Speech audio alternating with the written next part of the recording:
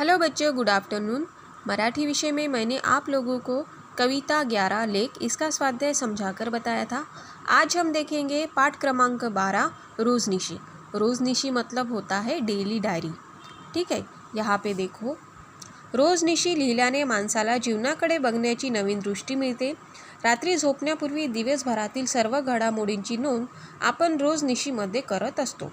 रोजनिशी कशी लिहितात हे विद्यार्थ्यांना समजावे, त्यांनी रोजनिशी लिहावी, हे या पाठामागचे प्रयोजन आहे। यानी आपने भी रोजनिशी लिखनी चाहिए, डेली डायरी लिखनी चाहिए, यही इस पाठ का उद्देश्य है। ठीक है, रोजनिशी कैसे लिखते हैं ये आपको समझ में आना चाहिए। दिन भर में जो अपनी बातें होती है, जो चीज़ें हम करते हैं, वो रात को सोने के पहले डायरी में लिखते हैं, एक पेज पे, यानी रोजनिशी में लिखते हैं। तो वो कैसे लिखते हैं वो इस पाठ में आपको दिया है। वैष्णवीच्या रोजनिशीचे चौथे पान रिकामे आहे, त्यावर तुम्ही तुमची रोजनिशी लिहा। यहाँ पे देखो, वैष्णवी ने 1, 2 और 3 पेज में 3 दिन की रोजनिशी लिखी है। चौथा पेज खाली है, यहाँ पे आपको अपनी रोजनिशी लिखना है। ठीक है, अभी हम देखेंगे लेसन पाठ। वैष्णवीला एक नवीन छंद जडला आहे, ती नियमितपणे रोजनिशी लिहिते। तिने लिहिलेली 3 दिवसाची रोजनिशी वाचूया। वैष्णवी आपकी इतनी एक छोटी लड़की है और वो हर दिन डेली डायरी यानी रोजनिशी लिखती है। ठीक है, उसने लिखी हुई रोजनिशी हम पढ़ेंगे। यहाँ पे देखो, 14 नोव्हेंबर दिनांक दिया है, किस दिन की है तो आज आमच्या शाळेत बाल दिवस यानी बाल दिन साजरा करण्यात आला। या निमित्तानं सांस्कृतिक कार्यक्रम घेण्यात आले। विद्यार्थ्यांची वेशभूषा स्पर्धा घेण्यात आली। शाळेतील मुलांनी पारंपरिक वेशभूषा धारण करून या स्पर्धेत भाग घेतला। विविध थोर पुरुषांची वेशभूषा धारण करून अनेक मुलांनी त्यांची प्रसिद्ध वचन सादर केली। या स्पर्धेमध्ये मी क्रांतिज्योती सावित्रीबाई फुले यांची वेशभूषा केली। यहाँ पे 14 नवंबर ये जो है इसके स्कूल में बाल दिन करके मनाया गया। ये प्रोग्राम हुआ है उसके स्कूल में, सांस्कृतिक प्रोग्राम वो लिया गया जैसे अपने स्कूल में होता है। और इसी प्रोग्राम में इनके स्कूल में बच्चों की वेशभूषा स्पर्धा ली गई, जिसमें बहुत सारे बच्चों ने पार्टिसिपेट किया, भाग लिया। और उन्होंने जो थोर पुरुष रहते हैं जैसे महात्मा गांधी, पंडित जवाहरलाल नेहरू, सुभाष चंद्र बोस, क्रांति ज्योति सावित्रीबाई फुले, इनकी वेशभूषा बच्चों ने की और उनके जो प्रसिद्ध वचन है वो भी सादर किए। अब वैष्णवी ने सावित्रीबाई फुले इनकी वेशभूषा धारण की थी। ठीक है, यह जो प्रोग्राम हुआ है या कार्यक्रम प्रसंगी प्रमुख पाहुणे डॉक्टर रमेश कोठावळे यांनी अध्यक्षीय भाषणात सर्व विद्यार्थ्यांना बालदिनानिमित्त शुभेच्छा दिल्या। कार्यक्रमाच्या शेवटी सर्वांना खाऊ दिला। अब यह जो इसके स्कूल में प्रोग्राम हुआ है वहाँ पे प्रमुख अतिथि कौन थे? डॉक्टर रमेश कोठावळे। उन्होंने जो अध्यक्षीय भाषण दिया उसमें उन्होंने सभी बच्चों को बाल दिन के अवसर पर सभी को शुभकामनाएं दी और लास्ट में सभी बच्चों को खाऊ का वितरण हुआ। खाऊ मतलब बिस्किट्स, चॉकलेट, जैसे आपको मिलते हैं अपने स्कूल में प्रोग्राम होता है तो आपको भी मिलते हैं ना, वैसे ही यहाँ पे इनको भी मिला। ठीक है, अभी हम देखेंगे दूसरे दिन की रोजनिशी। 15 नोव्हेंबर सगळ्याच विद्यार्थ्यांना सुगीचे दिवस प्रत्यक्ष बघायचे असल्यामुळे श्री पाटील सर आम्हाला गांव शिवारात घेऊन गेले। सुगीचे दिवस मतलब जिस समय खेत में बहुत अच्छी फसल आती है और वो फसल देखने लायक रहती है, हरियाली ही हरियाली हर तरफ रहती है। वो दिन, वो सब नज़ारा बच्चों को देखना था, इसीलिए सभी स्कूल के बच्चों को इनके जो पाटिल सर है वो गांव शिवार मतलब गांव के जो खेती रहती है वहाँ पे उनको लेके गए। मोत्यासारखी ज्वारी असलेले कणस, तुरीच्या शेंगा, भुईमुगांच्या शेंगा आणि कपाशीच्या बोंडातून डोकावणारा पांढर शुभ्र कापूस बघून मुलं आनंदी झाले।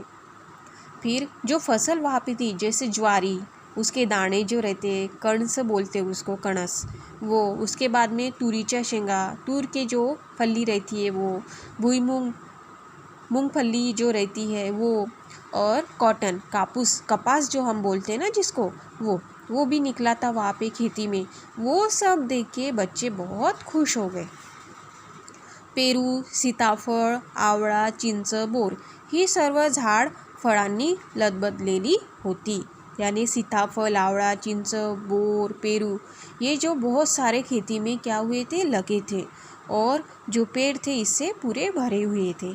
फळ खाण्याच्या तीव्र इच्छेने मुलं बोरीच्या झाडाकडे याने झाडाला दगड मारू लागली। दगडाच्या मारानं भरपूर बोर खाली पडली।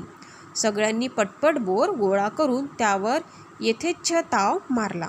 फिर जो बोर जो है वो पेड़ को लगे थे, तो बच्चों को वो खाने थे, इसलिए उन्होंने बहुत सारे पत्थर उसको मारे, फिर वो नीचे गिर गए।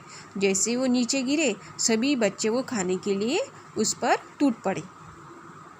आंबट, गोड, तुरट अशा विविध चवींचा आस्वाद घेतला। यानी बच्चों ने बहुत सारे वहाँ पे जो फल थे वो खाए, जैसे आवड़ा, चिंच, बोर, पेरू, बहुत सारे फल बच्चों ने वहाँ पे खाए।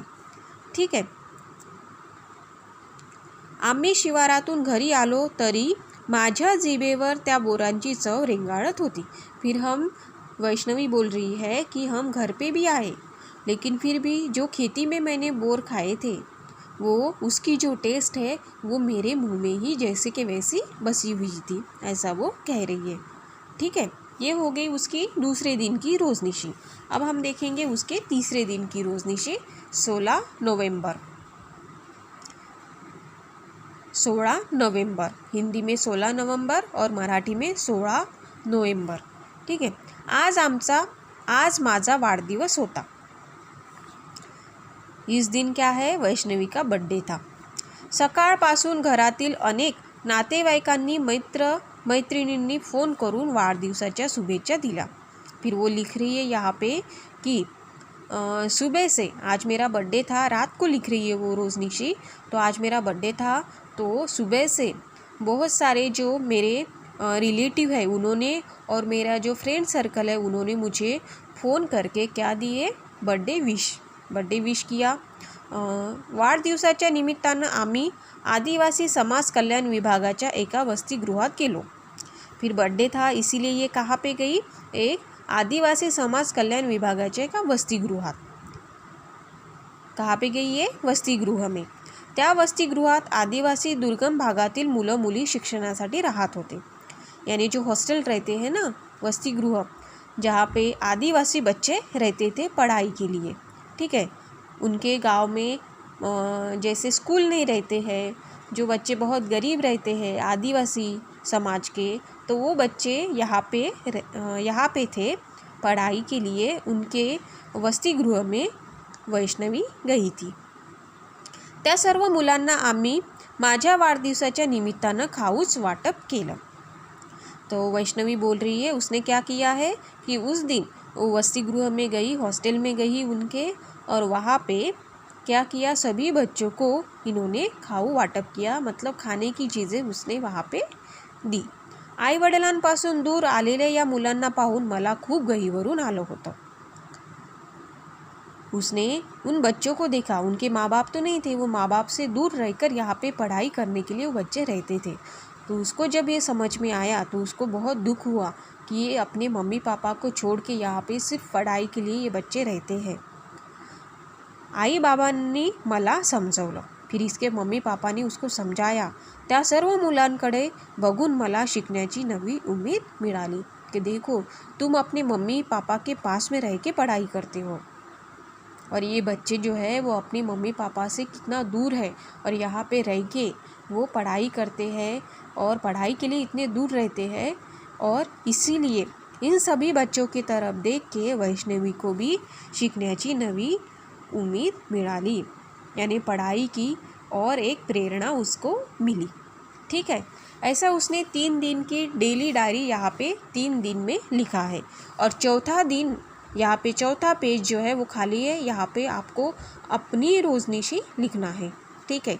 लेसन जो है मैंने आपको समझा कर दिया है, स्वाध्याय हम कल देखेंगे। ओके।